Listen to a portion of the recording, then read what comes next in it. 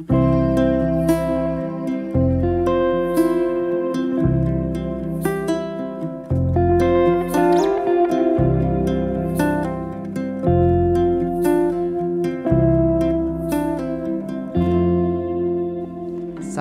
Patunggilan. Bapak, Ibu, dan saudara warga GKJW yang dikasihi Tuhan, pada kesempatan saat ini kami akan mempresentasikan video pengantar di dalam sosialisasi pedoman masa raya Paskah GKJW dan kegiatannya di GKJW. Bapak, Ibu, dan Tuhan, pedoman masa raya Paskah tidak dengan sendirinya disusun, tapi sudah ada sejak tahun 2013. Bermula dari usulan Majelis Daerah tahun 2012 yang mengusulkan bahwasanya GKJW perlu memiliki acuan atau pedoman yang digunakan oleh jemaat pada masa raya Paskah. Kemudian pada sidang ke-106 2012 artikel 32, Majelis Agung memutuskan DPT membuat buku acuan masa raya Paskah. Dan kemudian pada tahun 2013 atas mandat sidang, DPT menyusun buku panduan masa raya Paskah secara sederhana yang berisi penjelasan tentang peristiwa di sekitar Paskah serta anjuran kegiatan pada masa raya Paskah tersebut. Buku ini cukup sederhana dan digunakan di tahun 2013, diterbitkan oleh DPT. Selanjutnya Bapak Ibu, dalam perkembangannya di dalam persidangan Majelis Agung yang ke-109 tahun 2014, di situ ada artikel yang ke-27 menyebutkan tulisan tentang peristiwa liturgis seputar Paskah, di mana buku ini harus ada semacam revisi atau pembenahan terkait dengan pedoman yang digunakan. Oleh karena itu, pada tahun 2014 itu Majelis Agung juga memutuskan bahwasanya BMA CG DPT untuk merevisi buku pedoman masa raya Paskah dan kemudian menerbitkan di tahun yang ke-2016. Hal yang digumulkan Bapak Ibu dan Tuhan pada tahun 2015 sampai 2017, DPT terus mengupayakan penyusunan revisi buku pedoman masa raya Paskah dengan menambahkan beberapa penjelasan di dalam buku pedoman masa raya Paskah tersebut. Dan kemudian pada tahun 2018 revisi buku pedoman masa raya Paskah tersebut diselesaikan dan kemudian dibawa di dalam persidangan untuk disahkan. Atas sidang tahun 2018, sidang ke-115 artikel 31 menyebutkan tentang revisi buku pedoman masa raya Paskah, di mana konsep pedoman masa raya Paskah disetujui sebagai bahan studi pendeta GKJW selambat-lambatnya pada bulan Maret 2019. Nah, kemudian DPT memiliki tugas untuk melaksanakan studi pendeta bersama dengan pendeta GKJW dan melaporkannya kepada persidangan tahun 2019. Kemudian Bapak, Ibu, dan Tuhan, pada tahun 2019 DPT merevisi kembali pedoman masa raya Paskah berdasarkan masukan studi pendeta. Konsep revisi pedoman masa raya Paskah ini diusulkan pada sidang 2019, sidang ke-106. Dari sidang tersebut, konsep revisi pedoman masa raya Paskah ini diterima masih menjadi materi studi pendeta GKJW. Dan kemudian diputuskan konsep masa raya Paskah ini disahkan sebagai materi yang distudikan. Oleh karena itu Bapak Ibu, selama masa 2019 sampai 2020 dilakukan studi pendeta kembali merevisi buku pedoman yang ada tersebut dengan beberapa catatan tambahan dari MD-MD. Kemudian akta sidang ke-118 2021 mengesahkan pedoman masa raya Paskah untuk kemudian ditindaklanjuti. Bapak, Ibu, dan saudara-saudara, sejak digumuli tahun 2012 sampai 2022. Artinya pedoman masa raya Paskah di GKJW hingga yang terbaru saat ini seperti halnya buku ini itu jadi dipergumulkan selama kurang lebih 10 tahun. Artinya ketika kita menggumuli masa raya Paskah ini, kita akan melihat sejauh mana kita menggunakan dan juga menerapkannya di dalam kehidupan dan praktek jemaat di masa raya Paskah ini.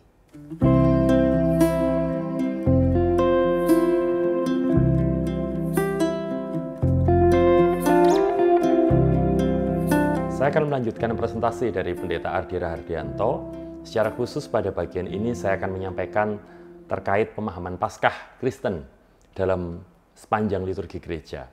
Tetapi sebelum itu saya akan menyampaikan terlebih dahulu terkait tentang sejarah Paskah, baik secara biblis maupun juga dalam perayaannya dalam sepanjang sejarah gereja.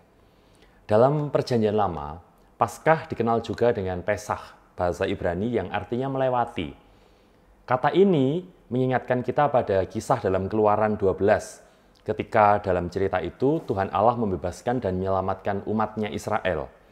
Dikisahkan bahwa Tuhan memberikan tulah kepada bangsa Mesir yang mengakibatkan kematian anak-anak sulung bangsa Mesir. Tuhan melewati rumah-rumah bangsa Israel yang telah ditandai dengan darah anak domba Paskah pada ambang dan di tiang pintu rumah mereka. Karena itu, orang-orang Israel menjadi selamat. Kisah tentang Allah yang melewati ini kemudian dimaknai sebagai cara Allah untuk membebaskan bangsa Israel dari perbudakan di Mesir. Itu kenapa kata Pesach atau melewati kemudian dipilih menjadi dasar perayaan Paskah dan kemudian menjadi sejarah besar dalam perjalanan iman bangsa Israel. Dalam perayaan yang dirayakan oleh bangsa Israel, Paskah ditandai dengan perjamuan keluarga, dengan hidangan utamanya adalah daging domba Paskah.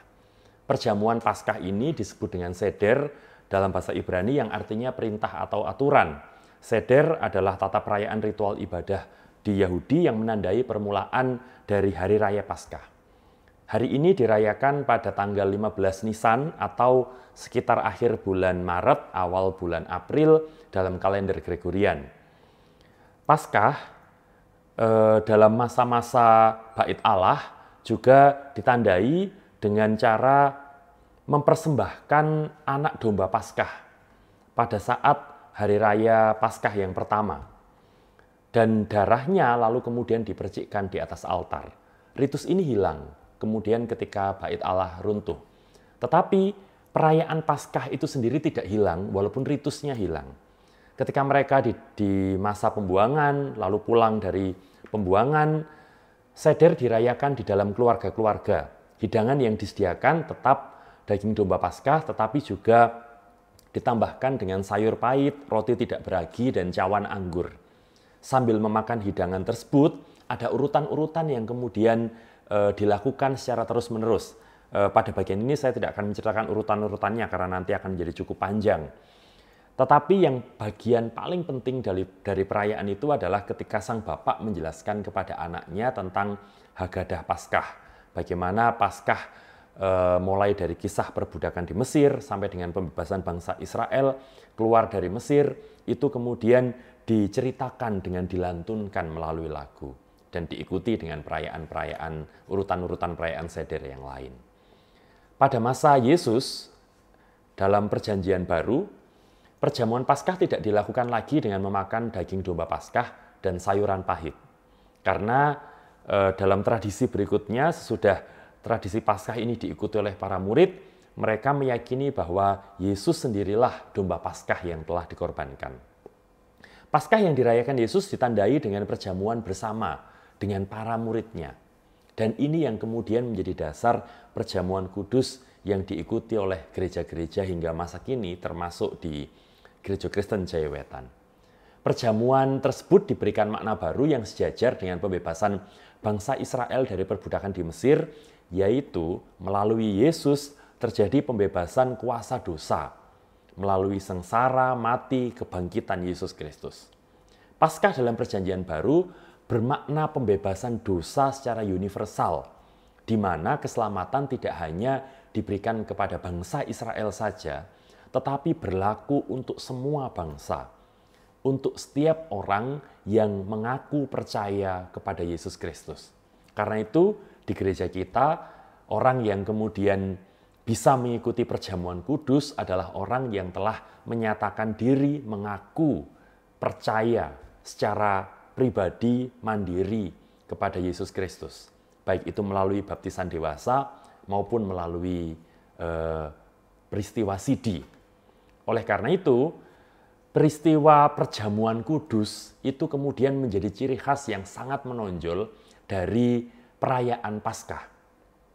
Perjamuan kudus atau peristiwa pengucapan syukur dalam Paskah ini, dalam tradisi gereja lalu kemudian tidak hanya dirayakan pada perayaan Paskah saja, tetapi setiap kali umat itu berkumpul dengan dalam persekutuan mereka. Bisa kita baca misalnya kisah jemaat mula-mula dalam Kisah Para Rasul 2 ayat 42 sampai 47. Inilah yang kemudian menjadi dasar Paskah mingguan, yaitu perayaan kebangkitan Yesus pada hari pertama minggu tersebut.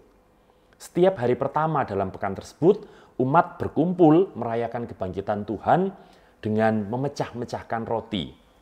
Dari sana lalu kemudian dikenal ibadah hari Minggu atau perayaan ibadah Paskah mingguan. Paskah mingguan lalu kemudian menjadi dasar bagi perayaan Paskah tahunan. Pada abad yang pertama, Paskah masih dirayakan dalam bentuk Yudaisme dengan perayaan seder dan urutan-urutannya. Tapi pada abad kedua, Paskah yang telah diberikan isi dan makna baru itu yang kemudian diikuti oleh orang-orang yang percaya kepada Yesus. Paskah karena itu adalah peristiwa terbesar dalam kisah iman, pembebasan dosa, maka Paskah kemudian menjadi induk dari segala hari raya gerejawi dalam masa-masa perjalanan gereja kemudian. Baru pada mulai abad keempat, Paskah dan peringatannya lalu kemudian dijadikan lebih kaya untuk semakin menghayati betapa berartinya makna kebangkitan Yesus, betapa berartinya makna pengampunan dosa tersebut, sehingga bukan hanya hari Paskah saja, perjamuan kudus saja yang dirayakan, tetapi lalu kemudian diperpanjang menjadi masa raya Paskah. Dan ini juga yang hari ini kita ikuti di Gereja Kristen Jaya Wetan. Tradisi ini memang sempat hilang dalam perjalanan gereja kita, karena memang semangat reformasi, sola scriptura, jadi apapun yang tidak ada di Alkitab lalu kemudian dihilangkan. Tapi kemudian ada upaya menghadirkan makna ini kembali. Betapa bermaknanya pengakuan dosa, betapa bermaknanya pembebasan dari dosa, betapa bermaknanya kebangkitan Kristus. Karena itu masa raya Paskah kemudian menjadi masa raya yang juga dihidupi oleh Gereja Kristen Jaya Wetan. Bukan hanya sebagai upaya kita bergereja secara ekumene, tetapi juga upaya kita kemudian untuk sungguh-sungguh menghayati iman ini. Karena itu, masa raya Paskah yang dimulai pada hari Rabu Abu itu menjadi sebuah perayaan yang kita tetapkan dalam bagian kalender liturgi kita yang ada di Gereja Kristen Jaya Wetan. Masa raya Paskah ini dimulai dari Rabu Abu, lalu ada minggu-minggu Prapaskah, ada Minggu Palmarum, Pekan Suci yang terdiri dari Kamis Putih, Jumat Agung, Sabtu Sunyi, lalu kemudian puncaknya adalah pada Minggu Paskah, tetapi tidak berhenti di sana. Ada minggu-minggu Paskah, sesudah Minggu Paskah, lalu ada kenaikan Yesus ke surga, dan ditutup dalam hari Pentakosta. Kita akan melihat hari-hari ini secara lebih jelas pada bagian berikut ini. Kita memulai masa raya Paskah. Jadi bukan hanya hari raya Paskah, tapi masa raya Paskah dengan kesadaran bahwa orang yang dibebaskan dari dosa itu adalah orang yang mengakui bahwa dirinya adalah orang yang berdosa. Karena itu, masa raya Paskah dibuka dengan hari Rabu Abu. Awalnya, Rabu Abu ini dirayakan pada abad keempat, lalu kemudian dihidupi gereja terus-menerus, hilang pada masa reformasi tapi dibangkitkan kembali untuk menghadirkan kembali betapa bermaknanya peristiwa Paskah dan peristiwa menuju dan sesudah Paskah ini bagi perjalanan iman. Rabu Abu adalah hari pertama masa Prapaskah yang menandai umat memasuki masa pertobatan selama 40 hari sebelum Paskah. 40 hari ini terhitung tanpa menghitung hari Minggu. Sebab hari Minggu adalah hari ketika umat beribadah dan kemudian tidak berpuasa karena pada saat itu mereka merayakan kemenangan Kristus. Angka 40 ini memiliki makna rohani yang sangat kuat sebagai masa persiapan. Bisa kita lihat misalnya, Musa berpuasa 40 hari sebelum dia menerima 10 perintah Allah. Elia berpuasa 40 hari sebelum Allah menyatakan dirinya kepada Elia. Yesus sendiri juga berpuasa 40 hari 40 malam sebelum memulai karyanya.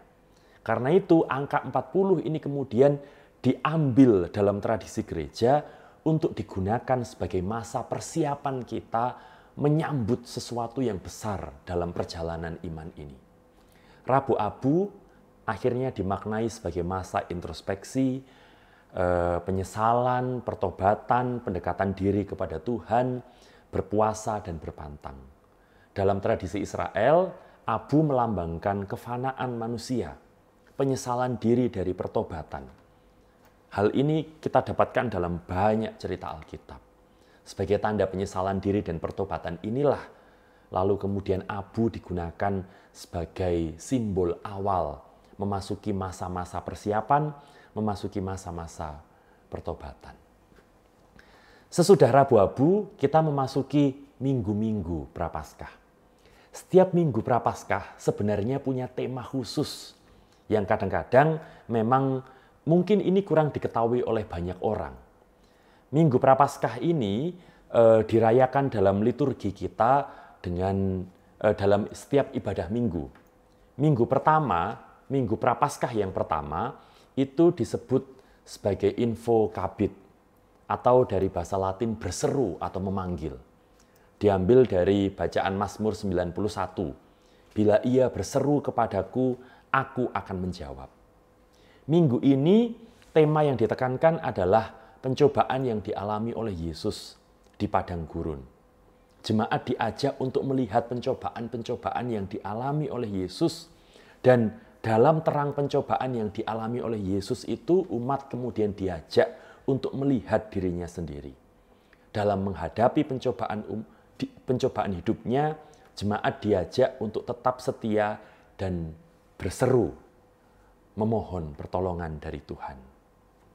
Ya, dalam tradisi gereja, minggu yang pertama ini juga disebut sebagai Caput Quadragesima atau permulaan masa 40 hari dalam bahasa Latin. Minggu Prapaskah yang kedua disebut Reminiscere, yang dari bahasa Latin yang artinya mengingat. Diambil dari firman Tuhan Mazmur 25 ayat 6. Ingatlah segala rahmat-Mu dan kasih-Mu ya Tuhan. Minggu ini tema yang ditekankan adalah pemuliaan Yesus di atas gunung ketika ia bertemu dengan Musa dan Elia. Jemaat diajak untuk mengarahkan hidupnya kepada Tuhan dan mengingat bahwa hidupnya berada di dalam rahmat Tuhan yang mulia dalam diri Yesus Kristus. Hal-hal yang dialaminya dalam kehidupan sesungguhnya selalu terikat dengan karya surgawi Tuhan. Peristiwa iman, misalnya baptisan, persekutuan yang dihayati dalam hidupnya, sesungguhnya selalu menghubungkan dirinya dengan Tuhan. Karena itu tema minggu ini adalah ingatlah.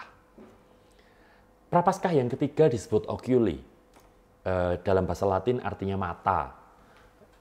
Diambil dari ayat Mazmur 25 ayat 15, mataku terarah kepada Tuhan.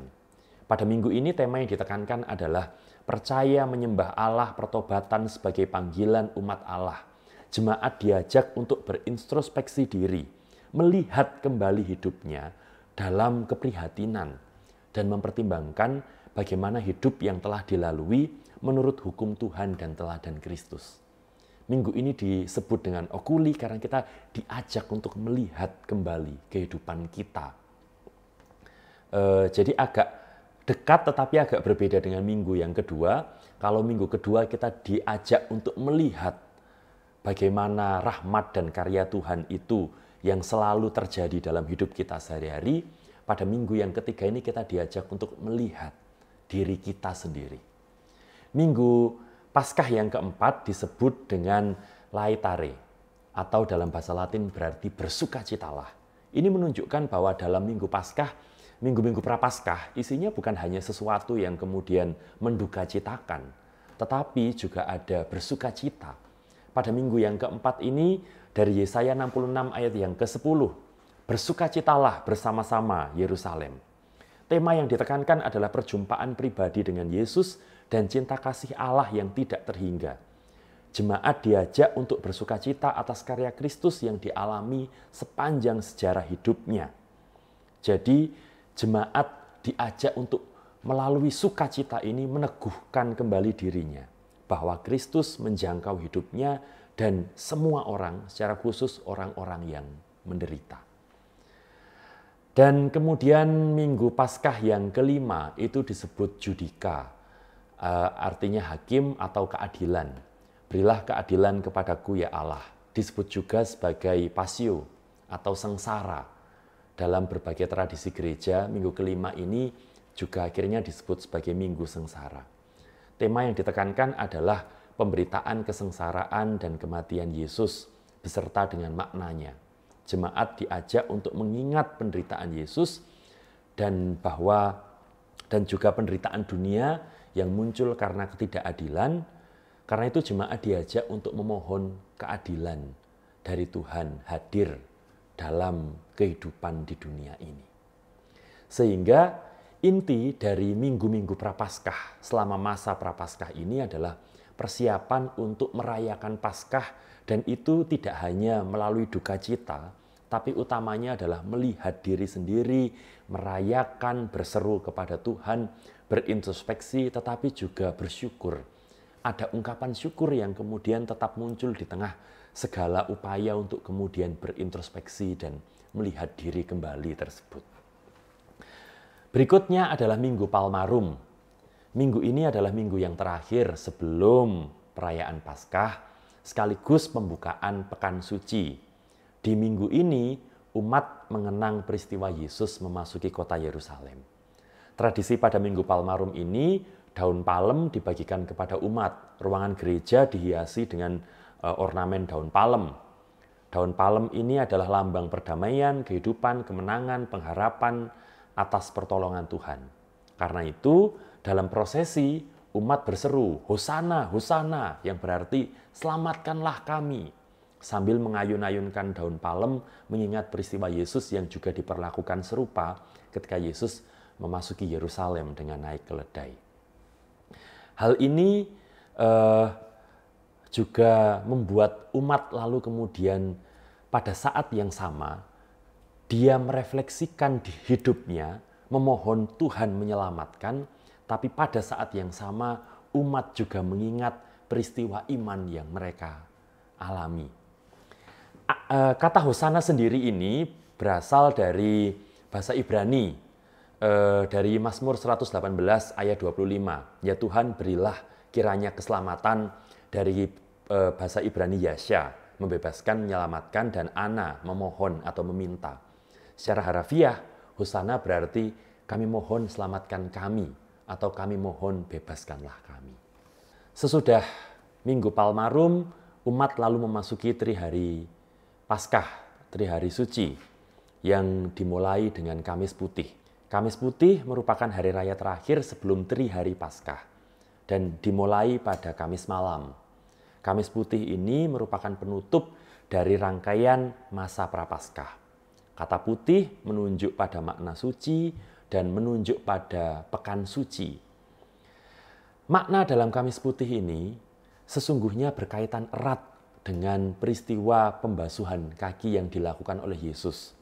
Ketika pada saat itu juga Yesus memberikan perintah baru kepada para muridnya untuk saling mengasihi. Perintah baru ini disebut juga sebagai mandatum novum. Aku memberikan perintah baru kepada kamu, yaitu supaya kamu saling mengasihi, sama seperti aku telah mengasihi kamu, demikian pula kamu harus saling mengasihi. Perintah untuk saling mengasihi atau mandatum novum ini diucapkan oleh Yesus sesudah dia membasuh kaki para muridnya. Dan inilah inti dari perayaan Kamis Putih. Pembasuhan kaki dan perjamuan malam terakhir atau perintah untuk melakukan perjamuan kudus adalah dua unsur liturgi dalam Kamis Putih yang secara mendasar merupakan wujud dari mandatum novum, perintah baru untuk saling mengasihi. Pembasuhan kaki dilakukan pada hari Kamis Putih sebagai simbol pengampunan dosa dan saling melayani. Ritus saling membasuh kaki ini menggambarkan spiritualitas saling mengampuni dan saling melayani satu dengan yang lain.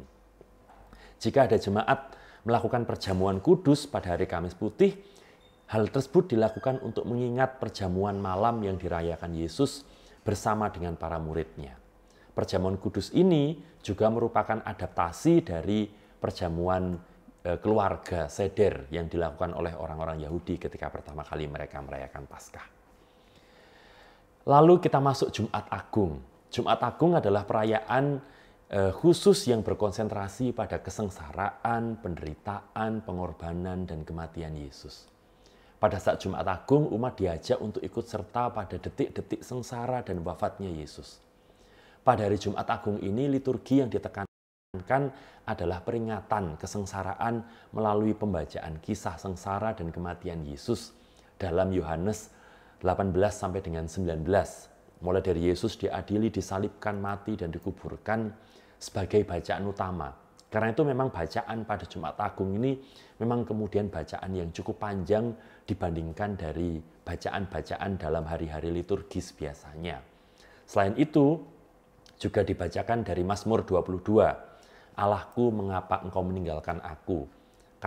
Kalimat yang langsung dikutip Yesus ketika Yesus berada di penyalipan. Sebagai respon dari umat, dibacakan Ibrani 10 ayat 16 sampai dengan 25 atau 4 ayat 14 sampai dengan 16, 5 ayat 7 sampai 9 dibacakan setelah Mazmur dan sebelum Injil. Hari berikutnya sebelum Paskah adalah Sabtu Sunyi. Sabtu Sunyi ini adalah saat ketika umat mengenang kesendirian Yesus di dalam makam. Kata sunyi pada Sabtu Sunyi ini menunjuk pada suasana hening, senyap, saat Yesus di dalam makam. Kesunyian menjadi suasana yang ingin dibangun dengan sungguh-sungguh pada hari ini. Umat dan para rahib dulu dan sampai dengan hari ini, untuk khususnya orang-orang Katolik, bermeditasi dan berpuasa bersama dengan calon baptis. Calon baptis yang telah dewasa diwajibkan berpuasa. Pada abad ke-5, Uskup Roma Innocentius I menetapkan 2 hari puasa, Jumat Agung dan Sabtu Sunyi. Ada yang berpuasa seharian, ada yang berpuasa 40 jam, 48 jam, bahkan ada yang berpuasa selama seminggu pada jam-jam tertentu. Perempuan hamil dan orang sakit diberikan pengecualian pada masa itu. Puasa membawa konsekuensi tidak dilayankan perjamuan kudus pada momen ini. Jadi jika ada hari dalam Trihari Paskah atau dalam Trihari Suci yang tidak dilayankan perjamuan kudus, itu adalah pada perayaan Sabtu Sunyi ini. Bahkan ornamen-ornamen gerejawi lalu kemudian dikosongkan dari gereja. Berikutnya kita masuk ke puncaknya Paskah. Sesudah mengalami masa Prapaskah, Trihari Paskah, lalu kemudian masuk ke dalam perayaan Minggu Paskah. Paskah kita ketahui sebagai kebangkitan Yesus dari kematian dan kemenangan Kristus atas dosa. Paskah menandai bahwa Allah membenarkan apa yang telah dilakukan oleh Yesus. Bahwa yang Yesus lakukan adalah benar, teladan Yesus adalah sungguh-sungguh, dan bahwa karya Yesus adalah karya yang kemudian sungguh-sungguh dikehendaki oleh Allah. Pada hari ini tidak ada yang berpuasa dan berpantang karena ini adalah perayaan kemenangan Kristus. Semua umat bersukacita karena kebangkitan Yesus ini. Kematian dan kuasa dosa telah dikalahkan, sehingga sorak-sorai nyanyian haleluya diperdengarkan. Kata Hosana yang dinyanyikan, diucapkan selama masa-masa Prapaskah digantikan kata haleluya pada saat ini. Dalam tradisi gereja ada 4 bagian liturgi. Silahkan nanti secara lengkap bisa dibaca di buku.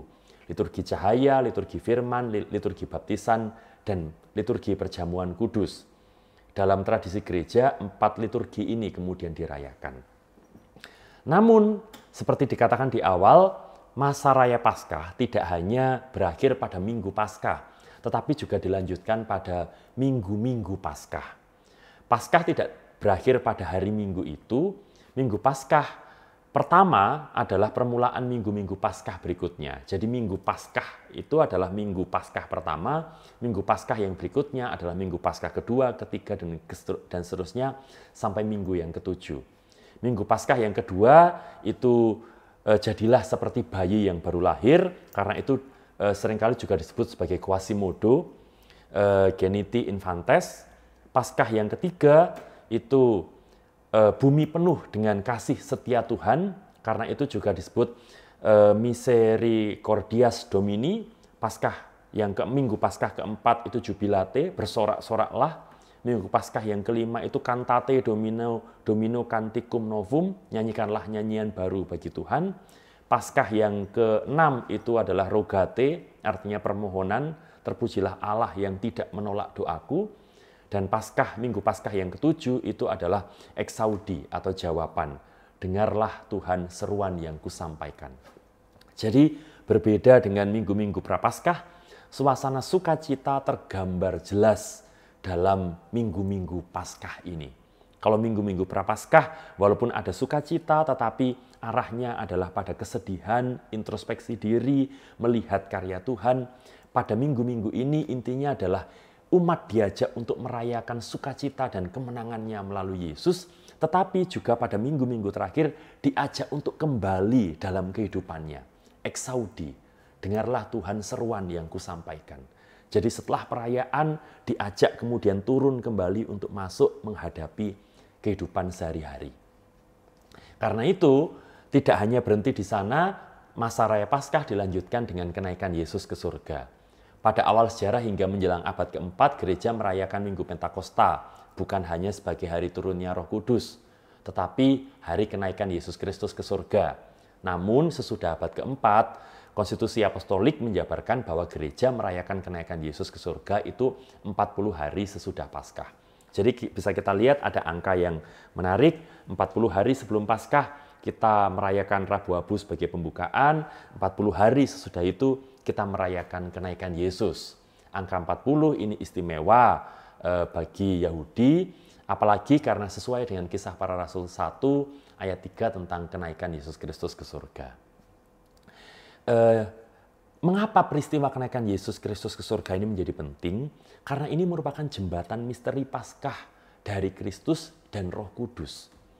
Jadi kenaikan Yesus ini lalu kemudian menjadi jembatan yang menghubungkan karya Kristus dan karya Roh Kudus. Ia menjanjikan dan mengirimkan Roh Kudus-Nya bagi gereja. Seperti dalam Kisah Para Rasul 2 ayat 33 sampai dengan 40. Dalam tradisi gereja, gereja memberi tempat pada peribadatan yang bersifat pribadi tetapi dilakukan secara komunal. Selama 9 malam, gereja melakukan persiapan menjelang Pentakosta dengan berdoa, renungan tentang Roh Kudus, peran serta makna gereja dalam konteksnya. Dan sebagai penutup masa raya Paskah adalah Pentakosta, hari ke-50 sesudah kebangkitan Yesus, hari ke-10 setelah kenaikan Yesus ke surga. Dalam tradisi, Pentakosta disebut Minggu Putih, di mana para imam menyiapkan pakaian liturgis berwarna putih untuk beribadah sejak Sabtu. Sabtu malam menjelang Pentakosta diadakan ibadah malam. Liturgi yang disiapkan adalah liturgi pagi pada Sabtu pagi, liturgi malam pada Sabtu malam, dan liturgi Minggu Pentakosta. Namun saat ini perayaan Pentakosta yang demikian hanya dirayakan pada hari Minggu saja. Pentakosta terkait langsung dengan Paskah yang memiliki dinamika dan pesan yang kaya dan mendalam. Jika Paskah adalah upaya untuk mendramatisasikan penebusan abadi Allah, Pentakosta adalah penetapan orang Kristen sebagai milik Allah dan Roh Kudus. Hal tersebut menjadikan karya penebusan Allah menjadi efektif. Pentakosta menanamkan arti penting bagi gereja di dunia dan menegaskan makna gereja sebagai utusan Allah. Jadi masa raya Paskah dibuka dari upaya menyadari panggilan Allah, dosa, berpuncak pada kemenangan Kristus atas dosa, dan berakhir pada pengutusan orang-orang yang telah ditebus oleh Yesus yang menyatakan dirinya sebagai gereja untuk berkarya di dunia dan dimateraikan oleh Allah untuk menjadi saksi Kristus di dunia melalui pencurahan Roh Kudus-Nya. Ya, demikian presentasi mengenai masa raya Paskah. Dan presentasi ini akan dilanjutkan dengan Pak Ardi yang akan menjelaskan mengenai bagaimana Paskah kita rayakan di GKJW. Terima kasih, Tuhan memberkati.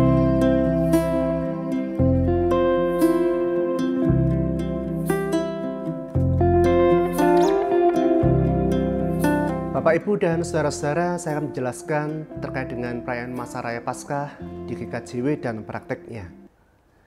Yang pertama yang perlu kita pahami bersama adalah di dalam kita melaksanakan masa raya Paskah adalah substansi atau makna dari setiap kegiatan yang kita acu. Di mana di dalam setiap pelaksanaan ibadah atau kegiatan masa raya Paskah itu, substansi ini menjadi bagian penting yang harus dihayati dan dipahami oleh setiap jemaat. Sedangkan kegiatan-kegiatan yang dilakukan adalah hal yang membantu dihayatinya substansi atau makna dari sebuah perayaan masa raya Paskah ini atau sebuah ibadah. Adapun kegiatan-kegiatan pada masa raya Paskah di dalam buku pedoman masa raya Paskah ini setidaknya disebutkan ada kegiatan Rabu Abu, Minggu Prapaskah, Pekan Suci yang di dalamnya ada Minggu Palmarum, Trihari Paskah, dan Hari Minggu Paskah. Kemudian kita juga menghayati Minggu Paskah kenaikan Tuhan Yesus Kristus ke surga dan Pentakosta. Dan selanjutnya juga disebutkan kontekstualisasi di masa raya Paskah. Kita mulai pada Rabu Abu dan Minggu Prapaskah. Pada Minggu Prapaskah, Bapak Ibu, substansi yang ditekankan adalah introspeksi diri.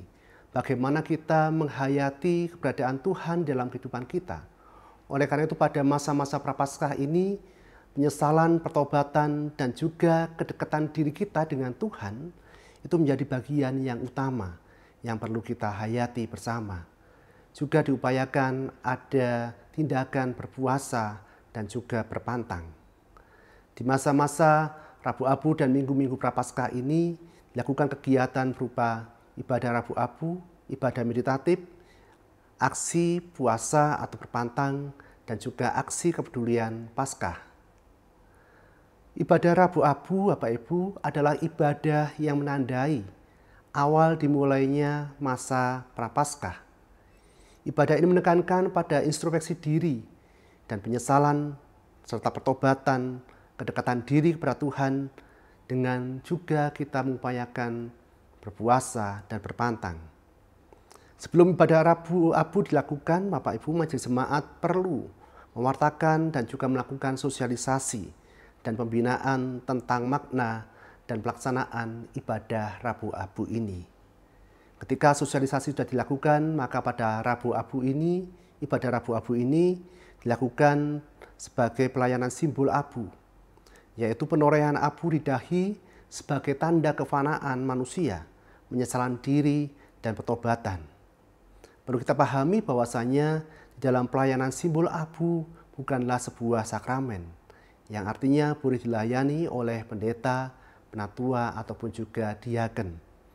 Proses penorehan abu dapat dilakukan meskipun bukan sebuah keharusan. Di tengah-tengah jemaat ketika melangsungkan ibadah Rabu Abu ini, jika proses penorehan abu itu dilakukan, maka dilakukan dengan urutan sebagai berikut. Yang pertama, pendeta menorehkan abu pada dahinya sendiri terlebih dahulu. Kemudian pendeta menorehkan abu pada dahi para penatua, diaken, dan guru Injil. Pendeta selanjutnya bersama dengan penatua dan diaken maupun juga guru Injil menorehkan abu itu kepada warga jemaat yang maju mendekat dan mengucapkan, "Bertobatlah dan percayalah kepada Kristus." Bapak, Ibu, dan Tuhan mengingat situasi pandemi saat ini yang belum berakhir, maka Seyogianya kegiatan penorehan abu ini dilakukan secara mandiri, dalam pengertian pendeta, penatua, dan juga guru Injil membawa wadah abu, kemudian warga maju ke depan, mereka kemudian menorehkan abu dari dahi mereka sendiri. Nah, ketika warga maju dan menorehkan abu di dahinya sendiri, pada waktu itu pelayan, baik itu pendeta, penatua, maupun diaken, mengucapkan bertobatlah dan percayalah kepada Kristus. Cara penorehan abu ini sebaiknya dilakukan dengan satu ibu jari dan hanya menempelkan pada pusat dahi. Proses penorehan abu juga diiringi dengan instrumen. Abu yang dipakai adalah abu yang diperoleh dari pembakaran yang layak atau abu dari daun palem yang dikeringkan sejak Minggu Palmarum setahun sebelumnya. Bapak, Ibu, dan Tuhan, kegiatan berikutnya adalah ibadah meditatif, yaitu ibadah yang dilakukan dalam suasana hening. Dalam ibadah tersebut, kita bersama-sama menghayati kedekatan diri dengan Tuhan. Kemudian kita juga menghayati bagaimana kita melihat diri kita, siapa diri kita di hadapan Tuhan, yang juga ditandai dengan penyesalan dan pertobatan di hadapan Tuhan. Ibadah meditatif ini dilakukan pada minggu-minggu Prapaskah setelah Rabu Abu. Kegiatan berikutnya adalah aksi berpuasa atau berpantang. Kalau berpuasa yang dimaksudkan adalah ajakan ataupun juga seruan kepada warga jemaat untuk mengendalikan keinginan dan hasrat di dalam dirinya.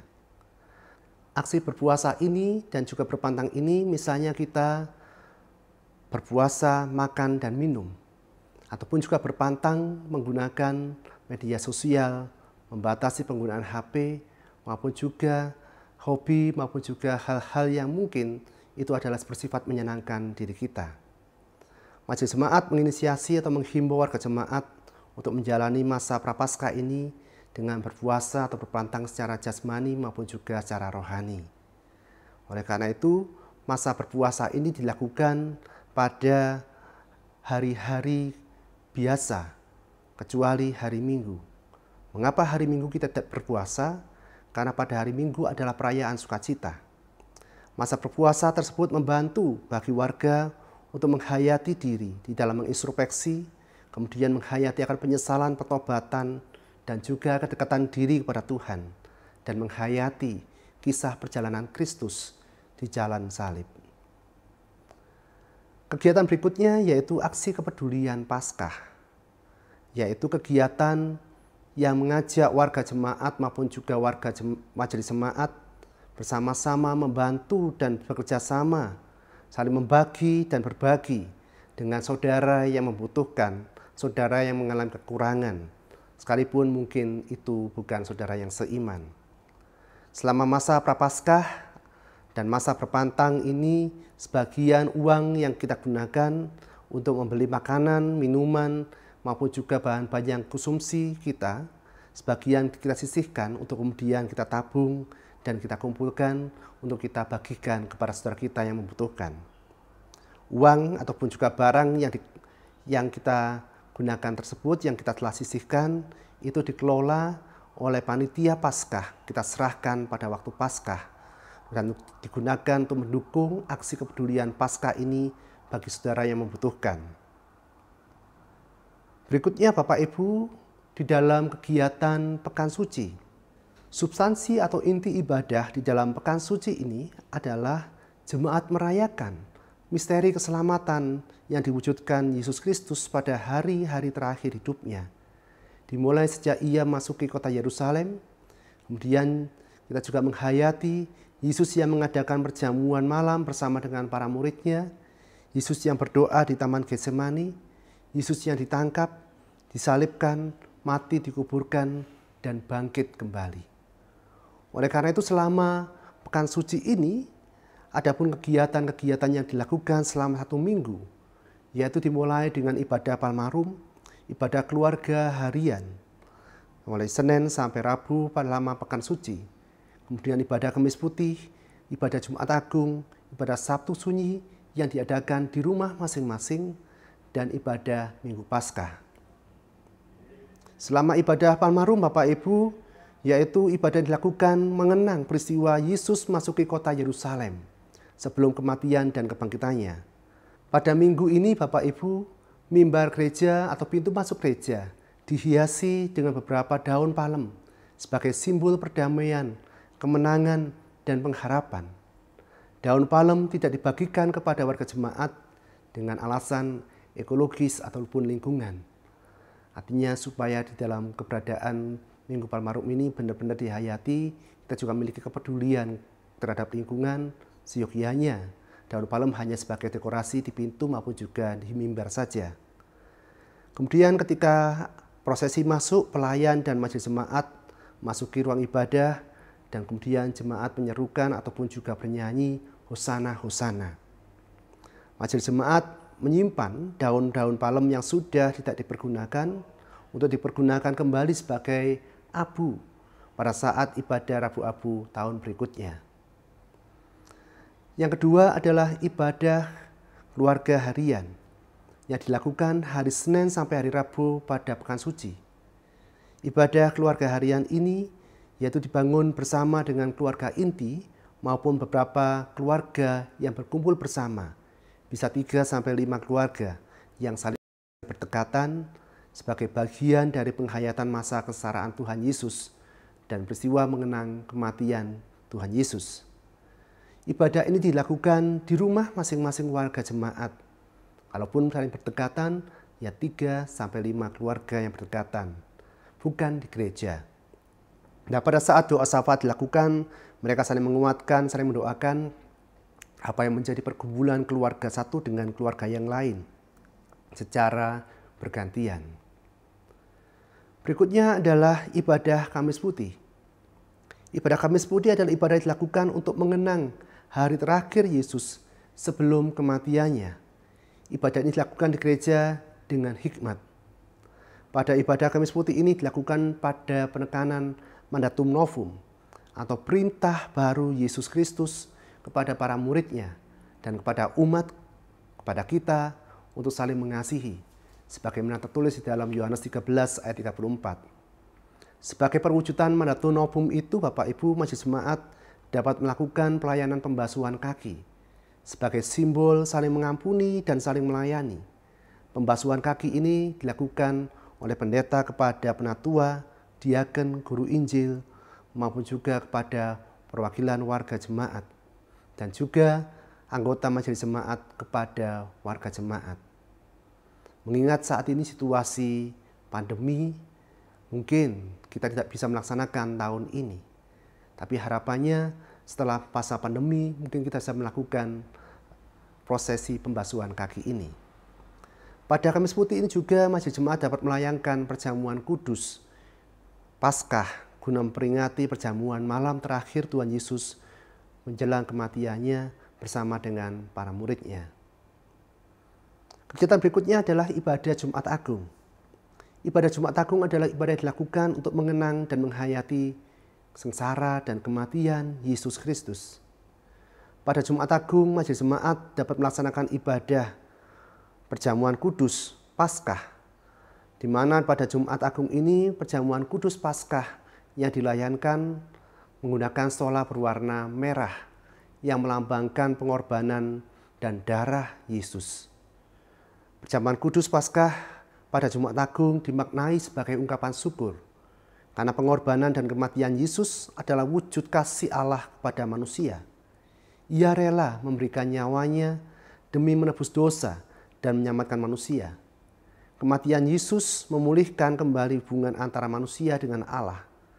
Dan inilah yang patut kita syukuri dan kita maknai dalam penghayatan perjamuan kudus Paskah pada Jumat Agung. Selain perjamuan kudus, ketika ibadah dilakukan tanpa perjamuan kudus, juga bisa dilakukan di dalam ibadah Jumat Agung itu dramatisasi penyaliban Yesus atau prosesi jalan salib, di mana di dalam dramatisasi ini dilakukan dalam maupun juga di luar gedung gereja sebagai upaya sarana menghayati kesengsaraan dan penderitaan Kristus. Yang berikutnya dilakukan pembacaan puisi, cerita refleksi penderitaan Yesus, dan pemutaran film penderitaan Yesus. Berikutnya adalah ibadah Sabtu Sunyi. Sebagaimana ibadah keluarga, ibadah Sabtu Sunyi ini juga dilakukan bersama dengan keluarga masing-masing. Ibadah Sabtu Sunyi ini adalah ibadah untuk mengenang dan menghayati kesendirian Yesus di dalam makamnya. Majelis jemaat diharapkan menyiapkan dan membagikan tata ibadah yang dipergunakan oleh warga jemaat. Selanjutnya adalah ibadah Minggu Paskah. Ibadah Paskah adalah ibadah sukacita, merayakan kebangkitan Yesus Kristus. Di hari ini warga jemaat tidak lagi berpuasa dan berpantang, karena Yesus telah bangkit mengalahkan maut. Pada ibadah Paskah bisa dilakukan pagi-pagi sekali sebelum fajar terbit. Pada ibadah Paskah juga dapat dilakukan perjamuan kudus sebagai perayaan sukacita, di mana sola yang digunakan berwarna putih yang melambangkan kesukacitaan atas kebangkitan Yesus Kristus. Ibadah perayaan Paskah dilakukan dengan menyalakan lilin. Selesai di dalam perayaan ibadah Paskah dapat dilakukan acara lomba-lomba seperti mewarnai telur Paskah, mencari telur Paskah, khususnya untuk para anak-anak kita. Ataupun juga selesai ibadah perayaan Paskah, majelis jemaat dapat membagikan telur kepada warga jemaat sebagai simbol adanya kehidupan baru. Berikutnya Bapak Ibu dan Tuhan, kita menghayati minggu-minggu Paskah, kenaikan dan Pentakosta. Substansi yang ditekankan di dalam minggu-minggu Paskah dan kenaikan dan Pentakosta adalah kita menghayati dan juga kita merasakan kasih Allah yang dinyatakan di dalam peristiwa penampakan Kristus. Di dalam minggu-minggu Paskah, kenaikan dan juga Pentakosta, kita merayakan sukacita, perayaan Paskah hingga berpuncak pada hari Pentakosta. Oleh karena itu, liturgi gereja ditandai dengan tema kebangkitan Yesus Kristus sebagai kebangkitan umat Kristen, umat yang percaya kepada Tuhan. Adapun kegiatan yang dilakukan adalah kegiatan di minggu-minggu Paskah, kunjungan Paskah, ibadah kenaikan, dan Pentakosta. Selama ibadah minggu-minggu Paskah ini, Bapak Ibu jemaat diajak bersama-sama untuk terus menghayati sukacita Paskah melalui bacaan-bacaan yang telah ditetapkan dalam leksonari dalam semua ibadah di GKJW. Hal tersebut dimaksudkan agar buah-buah iman semakin nyata dalam kehidupan jemaat. Kemudian kegiatan kunjungan Paskah. Selama minggu-minggu Paskah ini, kita juga menghayati bagian diri kita sebagai umat manusia. Kita menghayati bahwasanya Tuhan telah membebaskan kita dari dosa. Oleh karena itu, sebagai wujud pembebasan manusia dari belenggu dosa, maka kita dipanggil untuk memiliki kepedulian terhadap sesama kita yang masih terbelenggu oleh berbagai macam persoalan pergumulan dalam hidupnya. Salah satu bagian yang menjadi saran adalah kunjungan Paskah ini yang dapat dilakukan oleh majelis jemaat bersama warga jemaat kepada saudara-saudara yang ada di lembaga pemasyarakatan. Tujuan dari kunjungan ini adalah untuk menguatkan, memotivasi, dan juga melayani saudara-saudara yang seiman maupun juga menguatkan mereka yang sedang mengalami hukuman. Atau juga kunjungan kepada saudara kita yang ada di rumah singgah, shelter penderita HIV/AIDS atau COVID-19. Mungkin saudara kita yang saat ini sedang dirawat ataupun juga sedang isolasi mandiri. Kunjungan dalam pengertian kita bisa video call dan juga menguatkan dia, mendoakan dia. Tujuan kunjungan ini adalah agar warga jemaat tidak memberi stigma negatif terhadap saudara yang menderita HIV/AIDS ataupun COVID-19.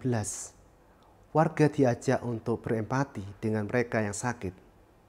Oleh karena itu, pentingnya kunjungan ini, majelis jemaat perlu merencanakan dan mengkoordinasikan dengan pihak-pihak terkait agar kunjungan dapat dilakukan dan bermanfaat serta menjadi berkat. Ibadah kenaikan Tuhan Yesus. Ibadah kenaikan Tuhan Yesus dilakukan untuk mengenang kenaikan Yesus ke surga, di mana peristiwa kenaikan Tuhan Yesus ini adalah masa yang menyebadati misteri Paskah dari Kristus dan Roh Kudus. Yesus Kristus kembali kepada Bapanya untuk kemudian mencurahkan Roh Kudus yang dijanjikannya.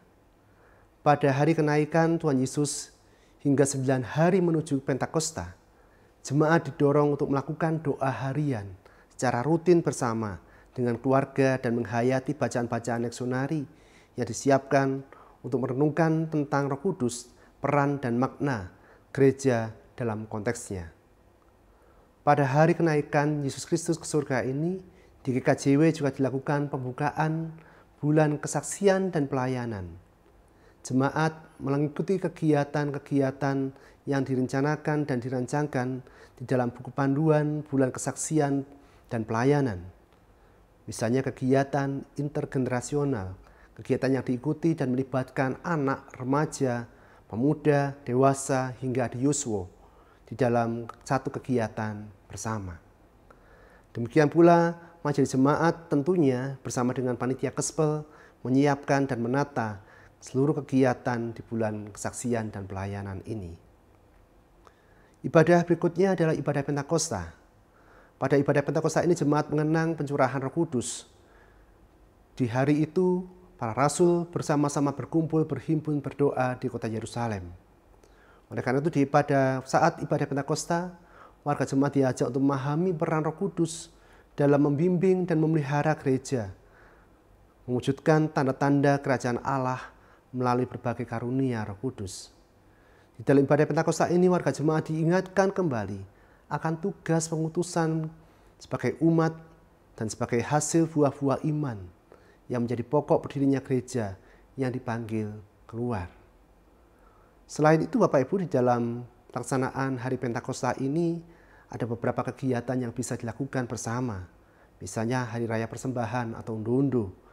Kita melaksanakan api unggun pada hari Sabtu malamnya. Kegiatan cerdas cermat maupun juga rangkaian kegiatan selama bulan kesaksian dan pelayanan. Bagian yang terakhir di dalam buku pedoman masa raya Paskah ini adalah kontekstualisasi masa raya Paskah. Substansi dari kegiatan kontekstualisasi ini adalah kita hayati masa raya Paskah syarat akan makna dan simbol liturgi seperti abu, air, salib, lilin, roti, dan anggur. Perjumpaan Injil dan budaya memberi ruang pemaknaan baru pada simbol yang ada dan berkembang di masyarakat. Tujuan dari kontekstualisasi ini adalah supaya iman jemaat senantiasa dapat dihayati dan dapat dipraktekkan di dalam kehidupan sehari-hari dengan sungguh-sungguh dan lebih dapat dipahami. Bentuk kontekstualisasi yang ada yaitu ketupat Paskah dan penanaman pohon. Yang pertama adalah ketupat Paskah. Ketupat adalah jenis makanan tradisi di Asia Tenggara, bukan hanya milik umat Muslim Jawa saja, tapi ketupat juga dipakai juga oleh para pemeluk agama Hindu Bali dan dapat dijumpai di Malaysia, Brunei, dan juga di Filipina.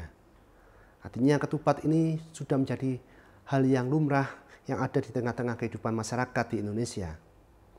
Ketupat dibuat dari janur, daun kelapa muda, yang menurut bahasa Jawa merupakan akronim dari Jatining Nur, yang artinya terang yang sejati. Tapi ketika dibelah dan dipotong terlihat beras putih yang sudah masak, yang melambangkan kesucian. Mengambil isi ketupat tidak boleh dengan cara melepas anyaman bungkusnya, melainkan membelah dan memotong-motongnya. Filosofi dari ketupat ini Bapak Ibu, dari janur ini Jatining Nur, terang yang sejati adalah Tuhan sendiri. Rumitnya anyaman ketupat melambangkan dosa, berbagai kejahatan manusia.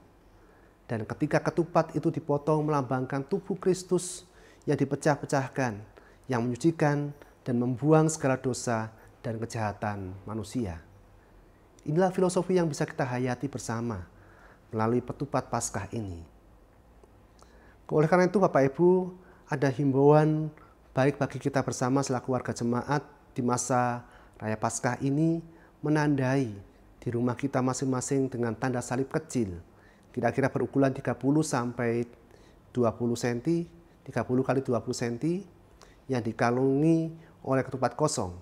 Simbol ini dipasang sejak Rabu Abu sampai Minggu Pentakosta. Tepatnya di samping atau di ambang pintu bagian luar rumah.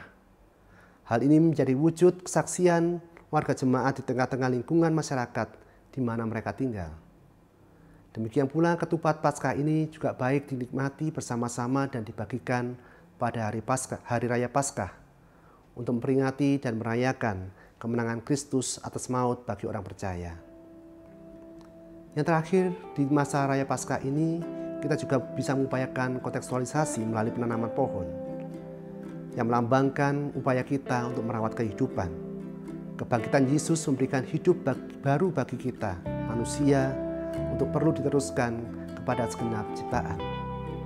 Pohon yang bisa ditanam misalnya adalah pohon ketangi atau pohon bungur. Mengapa pohon ketangi? Ketangi mengarah pada makna kebangkitan Yesus Kristus. Dari bahasa Jawa tangi, bangkit. Pohon ketangi adalah pohon tropis yang dapat tumbuh di tanah gersang ataupun subur, baik di dataran rendah maupun dataran tinggi. Daun ketangi kaya antioksidan yang dapat membersihkan racun-racun pada tubuh dan dapat meningkatkan kekebalan tubuh. Jika tidak memungkinkan mendapatkan pohon ketangi, maka dapat digantikan pohon tropis yang lainnya.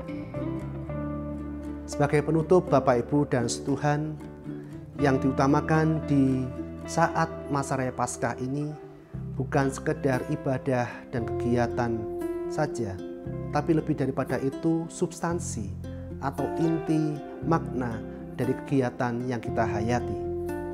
Oleh karena itu diperlukan persiapan yang matang dan setiap majelis jemaat diharapkan mengembangkan setiap kegiatan masa Raya Paskah yang ada supaya substansi atau inti dari peristiwa Paskah itu sungguh-sungguh dihayati dan dimaknai.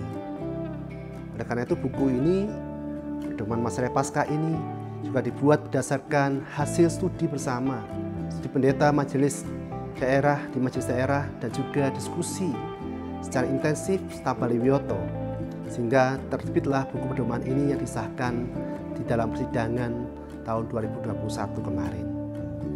Demikian Bapak, Ibu, dan Tuhan penjelasan tentang masa Raya Paskah. Untuk selanjutnya kita akan bersama-sama bertemu di ruang Zoom meeting untuk kita bersama-sama berdiskusi terkait dengan buku Pedoman Masa Raya Paskah. Selamat menghayati masa Raya Paskah. Tuhan memberkati.